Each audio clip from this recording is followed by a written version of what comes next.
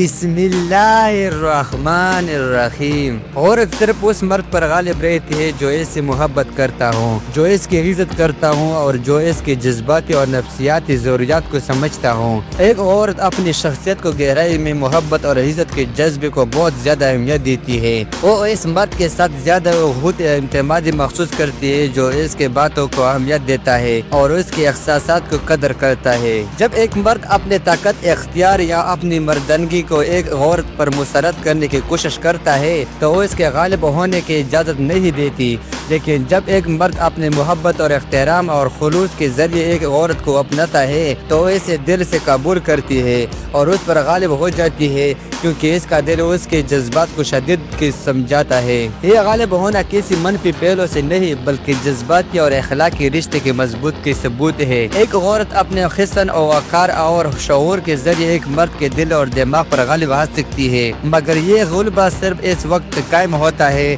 جب دونوں کے درمیان محبت، اعتماد اور عزت کا رشتہ قائم ہو۔ یاد رکھیں، عورت کی فطرت نرمی، محبت اور قربانی ہے۔ وہ صرف اس مرد پر غالب رہتی ہے جو اس کے اس فطرت کو پہچانے اور اس کی خوبصورتی، چاہے وہ ظاہر ہو یا باطن، کی قدر کرے۔ ویڈیو دیکھنے کے لیے بہت شکریہ۔